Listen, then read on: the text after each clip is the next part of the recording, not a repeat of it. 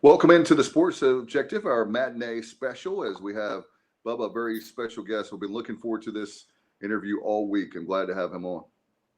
Absolutely. Next week, we'll have the head coach of the Pirates, Joe Dooley, on. Today, we're very excited to catch up with Jamie Shaw from the Absolute Basketball Experience. Familiar with him from the last couple months. Watched a lot of his content on YouTube and also his podcast. So welcome into the show, Jamie. We're glad to have you. Thank you guys very much for having me. Very excited to sit here and talk some basketball. I tell you one thing, the great thing about Jamie, that Bubba knows how big a basketball fan I am, and being a fan of the Pirates since 1986, going to school there, graduating. It's very exciting time in basketball as far as the East Carolina men's basketball and women's basketball.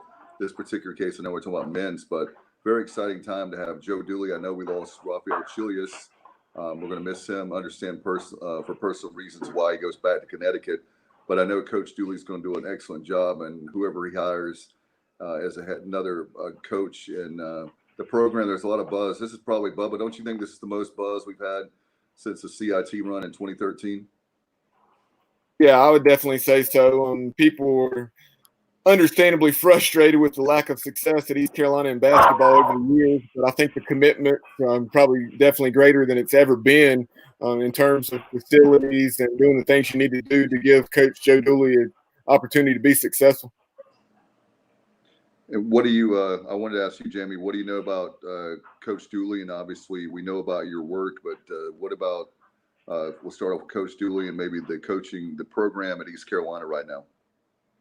Yeah, so Coach Dooley, he's a fiery guy. He's very, very basketball savvy, very smart. He's a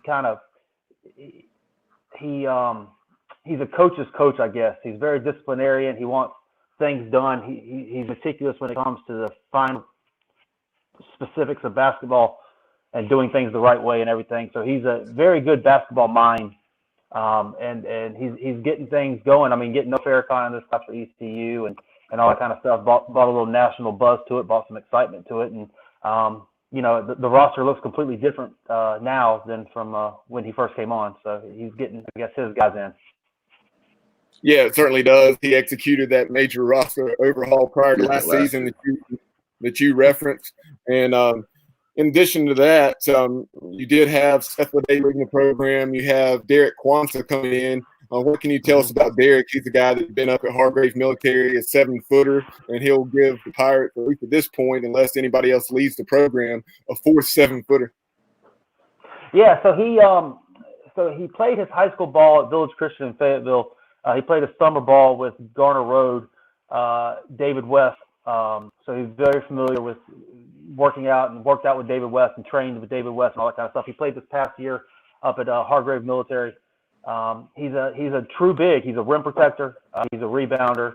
He plays hard and he knows his role. He's not going to do anything outside of his skill set. He's going to put in the dunk spot. He tries to tear the rim off every time he goes up and dunks it. But he's going to provide rebounding and shot blocking from the get-go. Jamie, I was really excited recently about the addition of. I was very excited from New Jersey to have Farrakhan coming to East Carolina. What do you know about him? We're very excited locally in Greenville and Pirate Nation to have him as a Pirate. Sure. He's a known name. He's a national entity. He's a viral type of player. Very athletic, very explosive, very quick twitch. He's somebody who should come into this league and be able to compete with the ball in his hands immediately with the types of teams that are in the league. You're talking the Cincinnatis, the Wichita States, and all those people. It's a very tough league. I don't think people realize how really good the league is. But he should be somebody who has the name recognition, and he should be somebody who's got the skill set to be able to actually come in and compete in this league from the point guard position from day one. In addition to Derek Kwanzaa and Noah Farrakhan, we have a preferred walk-on from the Outer Banks of First Flight High School. So he's coming from a small school, but this guy could light it up. Averaged nearly 30 points a ball game, really shot the three well. Dylan Blake, tell us what you know about Dylan. Well, Dylan, he's going to graduate. I don't know when they graduate, a couple weeks or so. Top 20 scorer all time in North Carolina history. Top three three-pointers made in all time in North Carolina history.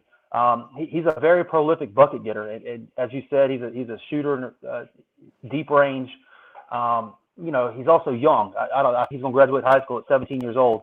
Wow. So there's still some time for growth there. About 6'1". He's just a tough, hard-nosed competitor. He's not just a three-point shooter either. If you look at his stats and stuff, you can't be a top 20 all-time scorer just being a one-trick pony type of deal. So he's got some room to grow. He's got some time to grow, and it's going to be interesting to see what he ends up being, as his time in East Carolina, as he has his time in East Carolina. And Jamie, when it comes to him, Bubba, how many times did you and I talk about on overtime that we needed about Bubba? If you don't know Jamie, Bubba is the stats guy. He's really good with stats. But the one stat that was with the eyeball test was three-point shooting was beyond. I mean, it was really bad. I mean, I don't know any other way to say it nicely. And one of the things that really is great to hear, because we desperately need people that can shoot. And that's one of the things the last couple of years, Dooley, I think, has been very frustrated with, is there's been so many close games. Dooley's got it competitive, and there's guys who've got to step up and make shots. And how many times have we said that over and over again with three-pointers that, man, if we could just make – I told Bubba, if you look at the close games last year, you make 2 or 3 threes, you win the ball game. It was that, so that's great to hear that Dylan's coming in and hopefully can make a contribution very early on. Yeah, absolutely. Absolutely. No, he can shoot the ball without question. That's not going to be an issue. The strength thing and the size thing and all that kind of stuff, that's probably what led him to be a walk-on. But the shooting is something that will translate and will be there. Absolutely. And we have some guys like Tremont Robinson White, and then some others, and then out of El Paso, Tristan Newton. Tristan Newton's actually our top assist guy this year. So with the guys we have that can distribute the ball, if we have someone, maybe he can provide some spot minutes and really provide that outside shot that we're sorely missing. Sure. J.J. Miles was a very good shooter in high school as well.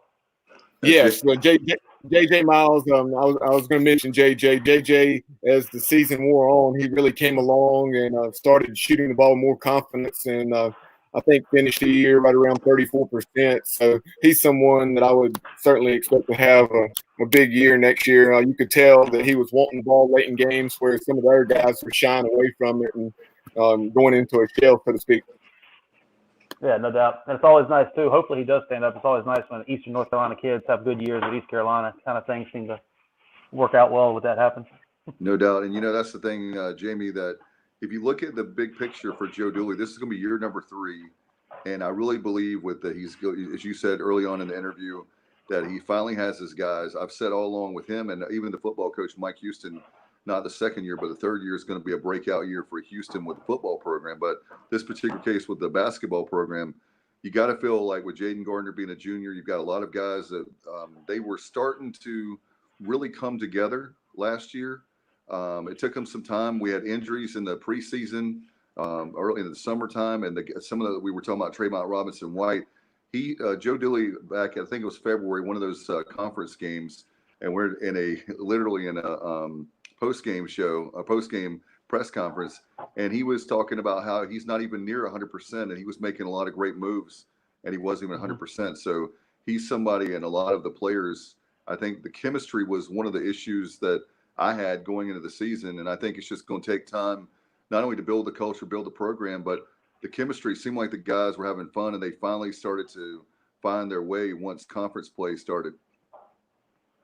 Sure, and I think it's very important too. You mentioned this is year 3 and stuff, for a coach to develop an identity of the team. What type of team is it going to be? Is this going to be a team that's skilled, that shoots, that plays hard, tough, athleticism, all that kind of stuff? And coming in from the previous staff, you have to bring in your guys that build your identity.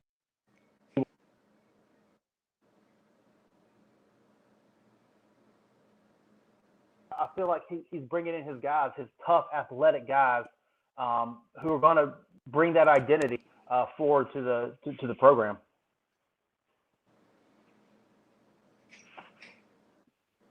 All right, Jamie, one of the guys I wanted to ask you about in the 2021 class. Let's start off with Bobby Pettiford. Bobby's a 6'1" point guard out of South Granville High School, and I know I've watched your clips and interview with him on your YouTube channel. So tell us what you know about Bobby. Well, Bobby's a quick and athletic, kind of a compact point guard. He averaged 22 points, 7.5 assists last year for a 30-1 team at South Granville High School. He's very explosive and very excitable. Being his size, 6', 6'1", he's still got elbow above the rim athleticism stuff. He's very tough. He's very motivated. He's a projectable defender as well, and he's somebody who I think had they been able to play this summer, he could have really exploded onto the scene playing with the CP3 team on the EYBL. But we'll see what he does this next year, and he's still somebody who could really blow up. And he's just a very excitable game to him, but he's also very poised and very explosive.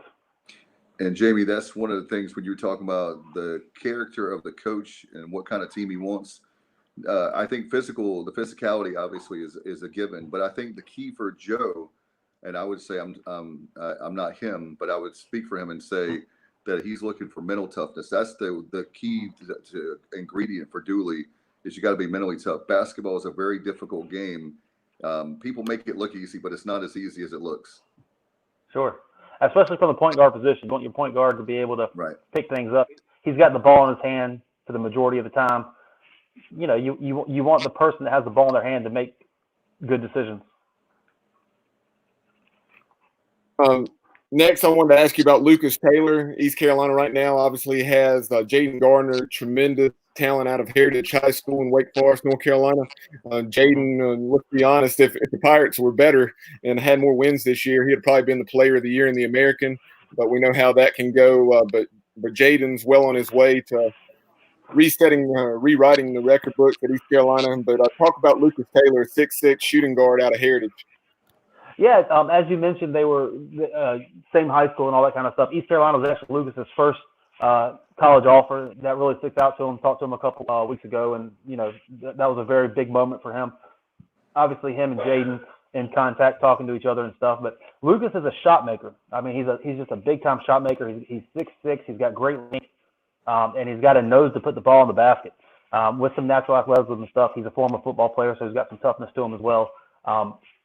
But his calling card is going to be the ability to make shots, and he does that at a high level. He's at the 40% shooter last year from three, averaged 22 a game.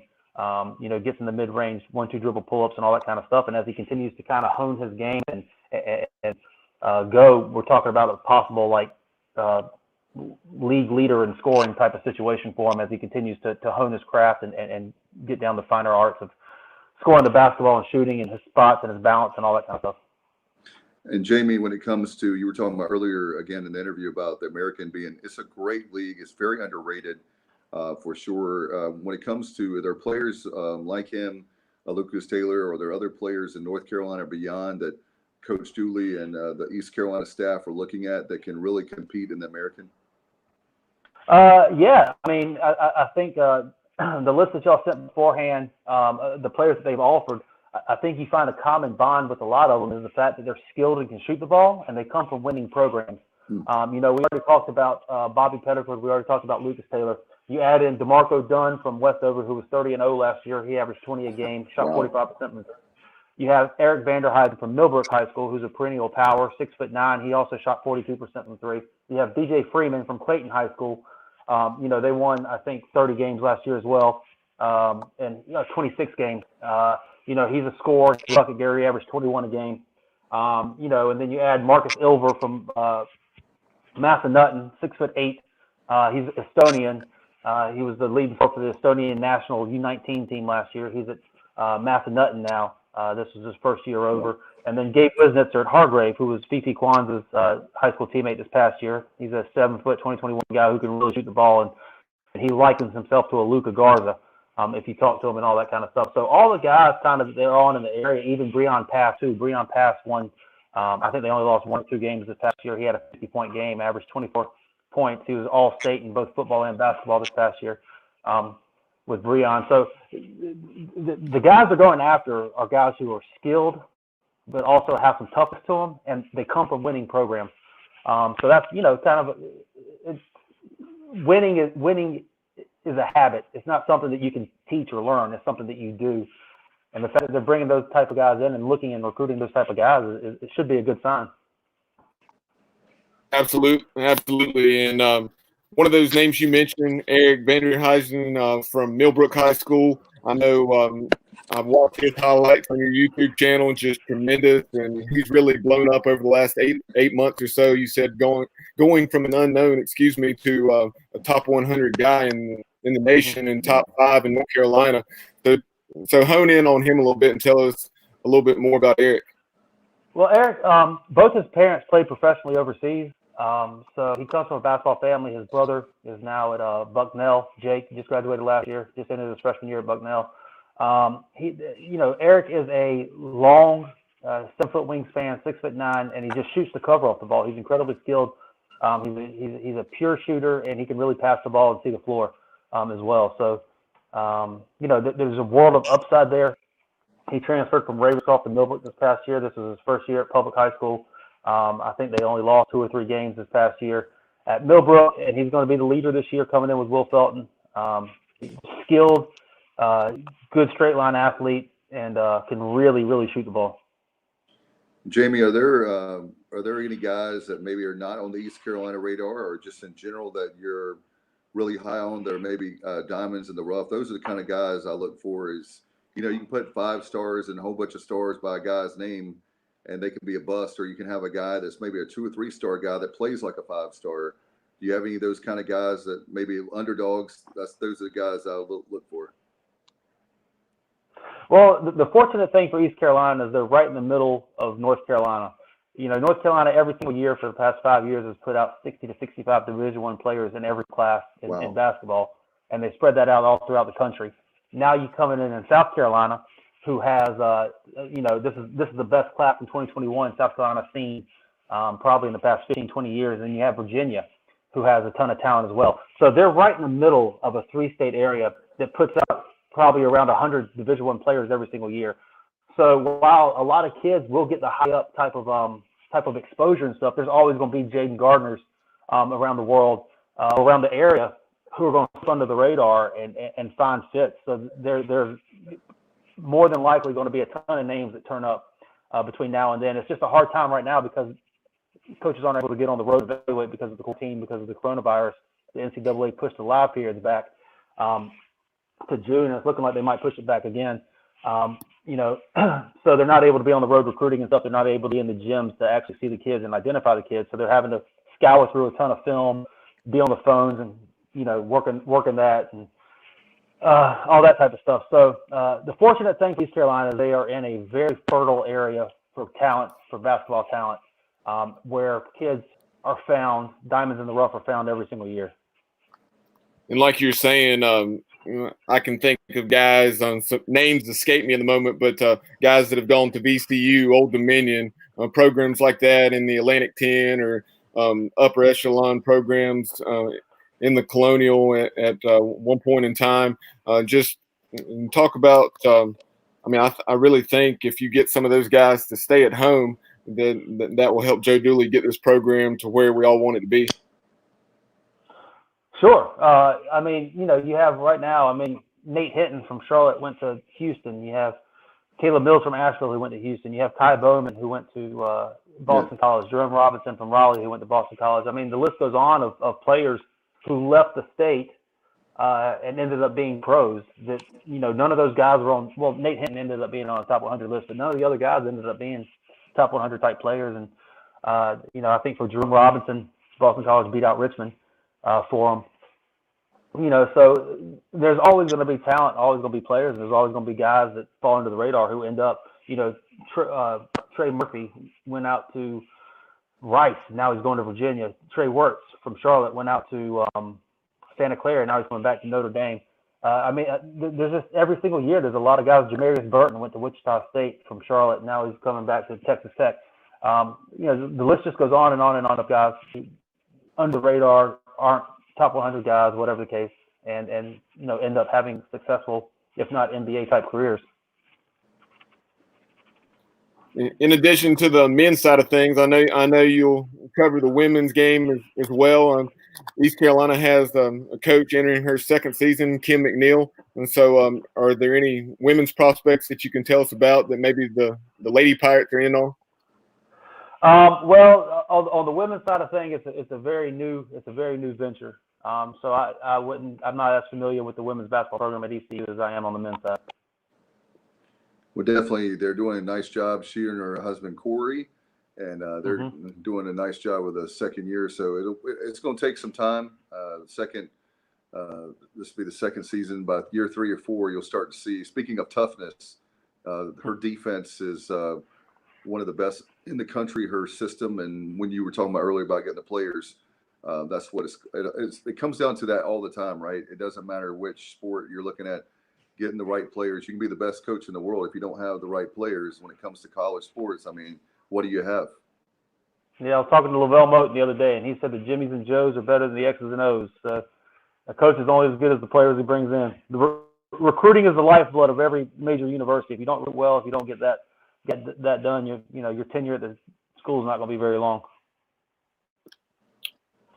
Obviously, one of the current events that's been taking place, I actually just finished up the 10-part series, The Last Dance, and I know you talked about that some on your YouTube and podcast.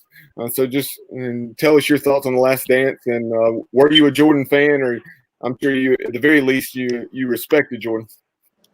Yeah, no, it was very cool to see. I think the access that we got through that series throughout the time, it was impressive to be able to go behind the scenes, to be able to go into the hotel room and the bus and the locker room and stuff, and see how all those players interacted. And they were able to go a little bit in depth too about some of the surrounding players. Some of the stories they had about Scottie Pippen and Dennis Rodman, and how Phil Jackson was able to handle the locker room of so many different personalities. And I think it was cool to see. Scottie Pippen went to a small school. Dennis Rodman went to a small school, and they ended up in the Hall of Fame. I think it was really cool to see toward the end there how Michael Jordan, how much he loved winning.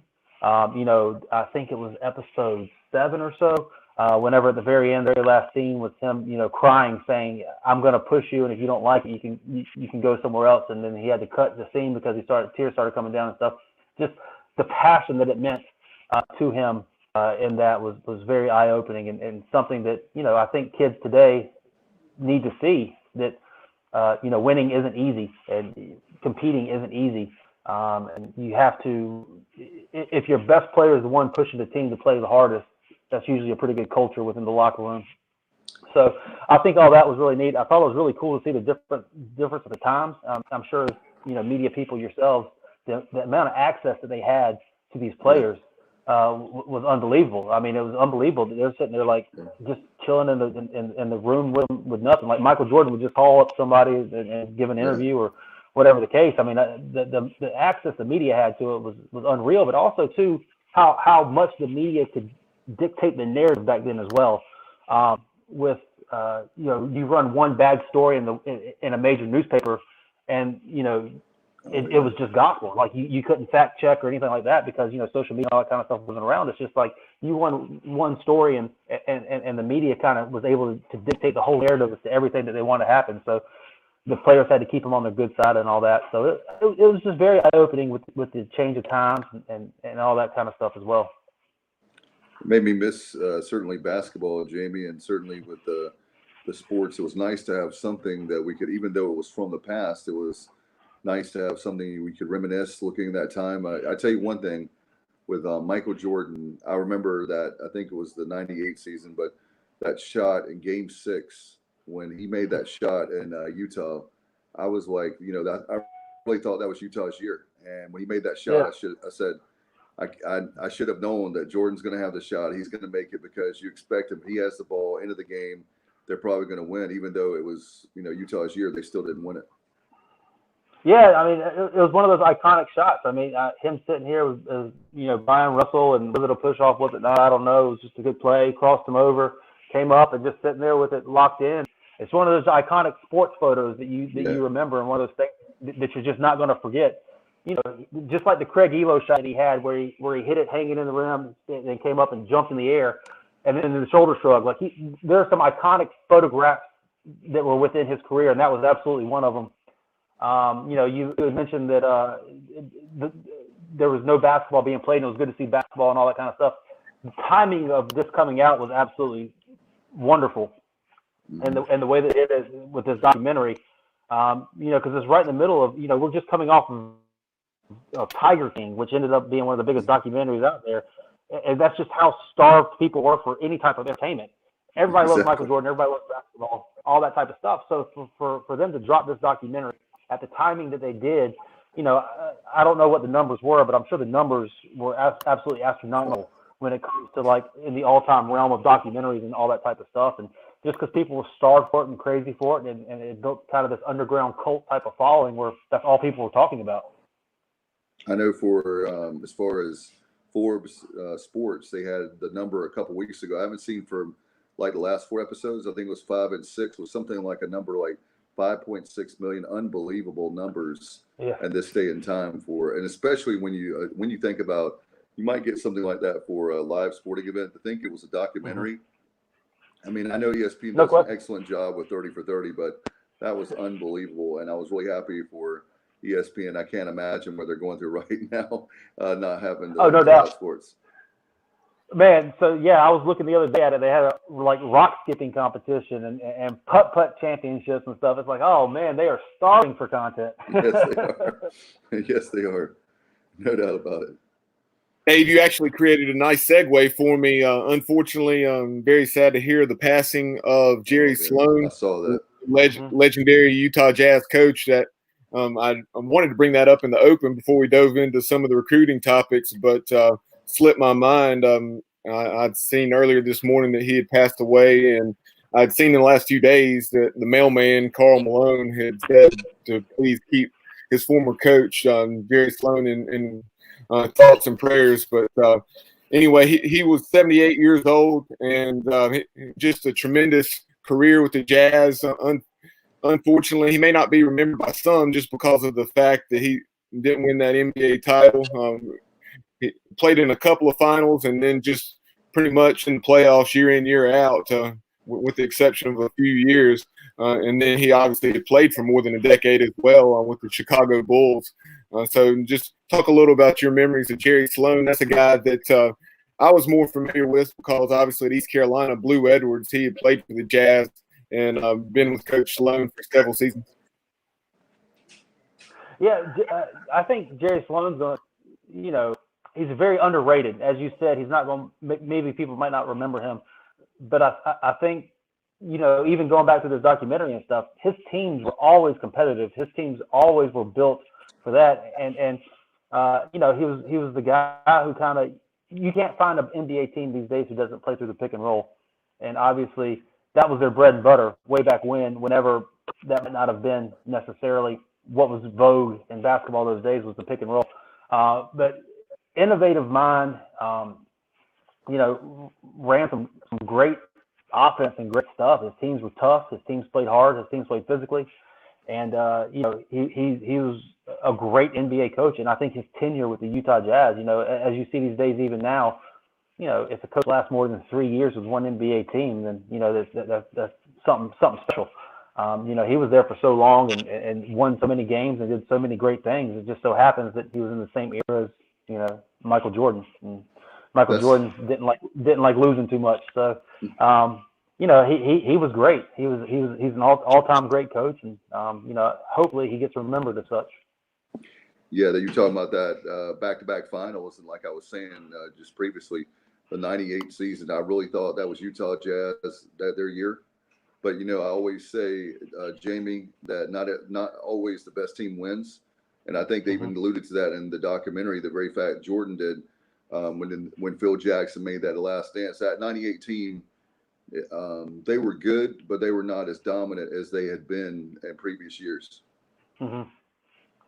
Yeah, no, absolutely. And then especially when you come through with Scottie Pippen having the back issues, and Dennis Rodman going to Vegas, Monday Night Raw.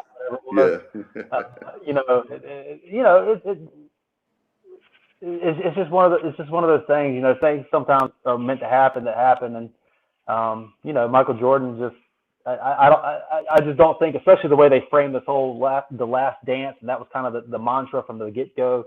They had a playbook from the beginning of the year, the last dance, and I think everybody kind of knew that it was culminating to this year.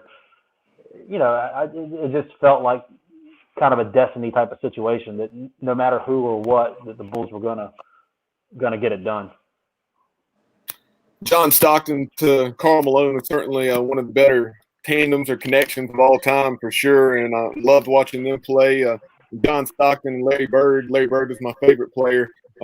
Watching them pass the basketball is just unbelievable. And guys nowadays, you'd certainly encourage them to go on YouTube and watch the way those guys play the game and distribute the basketball.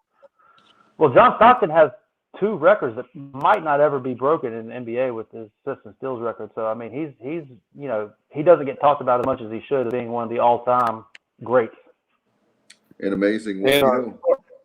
Sorry, go ahead, Dave. I was just going to make a additional comment to add to that, Jamie. The very fact that if you think about, and I think they may have talked about the documentary, I'll have to watch it again, but for me, when I saw that finals, you don't appreciate how many great players were on that floor. I mean, you have with the mailman, you have John Stockton, you have Dennis Rodman, when you have Michael Jordan, you have Scottie Pippen. I mean, you've got a number of players right there. They're some of the greatest that we've ever seen, and they were in that particular finals. Oh, no question. I mean, it was something you go back to and you watch, and you almost got the same chills watching the documentary that you did, you know, live during you know, when it actually happened. And you know, looking back on it, there's a lot of points scored, a lot of assists given out. There were a lot of numbers on that floor for sure. No question. Another thing I noticed, Bubba, I'm sorry, I was just going to say real quick, is the very fact of how clean the game is now. That was one of the criticisms I had, was back when the Pistons were winning, they alluded to that right before Jordan and them really took the stride to beat them and to win everything against the Lakers in '91. That time when I was in that was the time I was in high school, and it was just brutal to watch NBA. They were taking each other's head off. Some people may like that. I just really hated that period of the NBA, the late 80s, early 90s. It was dangerous. It was very dangerous. And for the people to be able to get back up and keep playing and all that kind of stuff, and, you know, it's a testament to them. The one thing that I noticed, too, during this documentary also was, you know, those were very violent fouls the Pistons were dishing out. Yeah. You know, the Mahorns and the Lambeers, those were very violent. Yeah. And I'm very surprised that more people didn't bounce up ready to fight than they did. You know, I'm from South Carolina, Fall City, South Carolina and stuff, and you best believe if, you know, you're on the playground playing and somebody fouls in that way, we're going to figure out how tough somebody is in real quick. Not saying we would get up and win the fight, but we were going to find out. While we're on the topic of John Stockton, that's one of the things, obviously, he was, in addition to the way he passed the basketball, it was very notable how he wore his shorts. And that's one of the things, and just the way things are cyclical in the game, even with uniforms. You had the Fab Five and the trend they set wearing their shorts ultra long, and now things are back to the way guys are wearing them even shorter than John Stockton. There's a guy, Quinones from Memphis this year. He looked like he had a diaper on. Yeah. No, they, you know, fashion trends are cyclical. You know, in 10 years, we'll probably have the shorts down to your ankles again. And then 10 years after that, it'll probably be, you know, shorts worn up and all that kind of stuff too. So all fashion's cyclical, but, you know, to each his own when it comes to comfort. Absolutely. Now, Jamie, kind of working in reverse a bit. I know in the open I mentioned, obviously now you're the absolute basketball experience, previously with Phenom Hooper Port, who had such a strong following. But just talk about, and go back to your childhood. You're talking about being from South Carolina. Just talk about your love of the game of basketball, and then just your progression into what you're doing now. Yeah, sure. So I grew up in Myrtle Beach, South Carolina. Went to, you know, all the way through primary school to high school there, and then I went to the University of South Carolina for schooling. I worked with the women's basketball program there, coached some JV basketball. I was getting my I got 2 degrees, psychology, and then secondary education. As I was finishing my secondary education, we had to do practicums and stuff, so I would go to local high schools, and then at the high school became a JV basketball coach, and all that kind of stuff, and just kind of fell in love with basketball. Also helping with the women's team and being on the practice team with that. And then graduated college, went to the business world for 10 years. I graduated in 2004, went to the business world for, it was 9 years, I guess, in 2013. Started doing the basketball scouting and recruiting. I left my job, my six-figure job, and was like, you know what, I don't know what I'm doing. I don't know how to do it, but I love basketball. I was at the state championship game, saw Dave Tellep down there, and was like, I want to do that. So I put in my 2 weeks notice and said I'm going to do it, and was very fortunate in my travels. Caught on pretty quickly and grew. Met a guy named Rick Lewis, and we partnered up for the last 7 years. We built Phenom Hoops from a company called Phenom Hoops from 3 events when I joined in 2013. The last year we had over 40 events with 22,000 kids that came through our doors and stuff. So became a very well-known national entity, a national voice for scouting and recruiting and everything. And this past year, probably about 6 weeks ago, I left Phenom Hoops. They went in a different, or I guess we both went in a different direction, different visions and stuff. So I ended up leaving and going to start Absolute Basketball Company. It's going to be an event. It's going to be an event company. We're going to host events, but we're also going to cover events. So it's going to be, tons of, if you go to our podcast, if you go to our YouTube channel, tons of interviews with college coaches, with players, with scouts and all that kind of stuff, kind of bringing everybody the gist of the basketball world. It's not just my opinion on players. We're letting college coaches' voices be heard. We're letting the fans hear the college coaches' voices. We're letting the players' voices be heard. We're letting the transfers' voices and then scouts from different areas and stuff talk about players and all that kind of stuff. So we're just trying to bring as much notoriety to the game of basketball as we possibly can.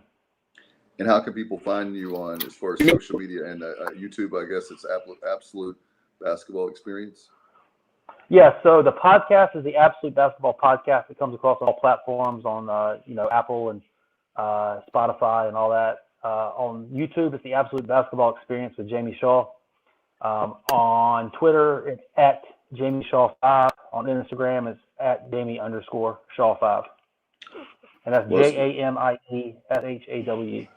It's going to be really interesting, the basketball season. Jamie, thank you so much. You were generous with your time for this afternoon. Hope you have a great Memorial Day weekend. It's hard to believe it's already here, the unofficial start of summer. So happy Memorial Day weekend early to you. And I look forward to, hopefully we can have you on back in the summer, or certainly as basketball season is approaching. Absolutely. I look forward to coming back. I had a really good time, guys, and thank you very much for having me. And please, I look forward to coming back as often as possible. All right. Love to have you on again. Thank you so much, Jamie. Appreciate you Thank you very much. All right. Thank you very much, Jamie. I appreciate him for his time. He was awesome, very in-depth, and certainly, Bubba, you know how much I love basketball. So that was a real treat to have him on, and just makes me excited about, we know how great Joe Dooley is and the staff. We talk about it all the time. We don't get paid a single dime to brag about Joe Dooley, but if you know anything about Joe, he's very tough, as we talk about. You're the Cy Seymours of the world, the Jeff Charleses of the world that love basketball so much at the university. I cannot wait for basketball season as far as tickets are concerned. Hey, speaking of tickets, Bubba, we want people to, the difficult things we have going on with the university, please buy your season tickets. You can do so right now, 1-800-DIAL-ECU if you're watching us live on Facebook Live or YouTube. Or certainly you can simply go anytime to ecupirates.com and you can order tickets that way. And we really want people to order football tickets. Bubba, I know that we want to let everybody know we have a very special thing we've got going on with football season, the sweepstakes that we have going on. And how can people win those tickets? Absolutely. As you see there on the bottom of the screen, scrolling on the ticker, our season ticket sweepstakes that you referenced, Dave, you can enter in 4 different ways. You can go to our YouTube channel, subscribe, and just screenshot that you subscribe there and submit that as a comment or reply on our pinned post or pinned tweet on Facebook and Twitter. Go to Twitter and that pinned tweet that I referenced, follow us. And then also retweet that, respond, showing that you've subscribed to the podcast wherever you listen, be it Google Podcast, Apple Podcast, Google Play Music, Audio Boom, you name it. Show us where you subscribe and where you typically listen. And then last but certainly not least, on Facebook, where you're probably watching this right now, you can like and follow us and share our post there, which is pinned at the top of the page, and have anywhere from 1 to 4 entries, depending on how many of those things that I just mentioned that you're able to get done. But that will be going on for another month plus. It'll go to at least June the 30th. So hopefully we'll be able to get more people than not into Dowdy-Ficklen Stadium this fall, but that remains to be seen as far as whether we'll be playing with a capacity of 20% or 50% or how all that's going to work out. But as far as Jamie Shaw is concerned, I thought it was a tremendous interview. One of the things we didn't have the opportunity to mention, he has interviews with coaches as well. He's caught up with the likes of Eric Musselman, who had ties to Chuck Daly and the Detroit Pistons. So that was a unique connection with the Last Dance going on, and like we were talking about with the Nasty Boys. But he's the head coach of the University of Arkansas now, previously at Nevada. Excellent conversation with him. He's also caught up with other Division I head coaches and assistant coaches. So definitely check out his content. It will be worth your while if you're a basketball fan for sure. As far as some of our upcoming content, I mentioned Joe Dooley. He'll be coming on the program this coming Thursday, May the 28th.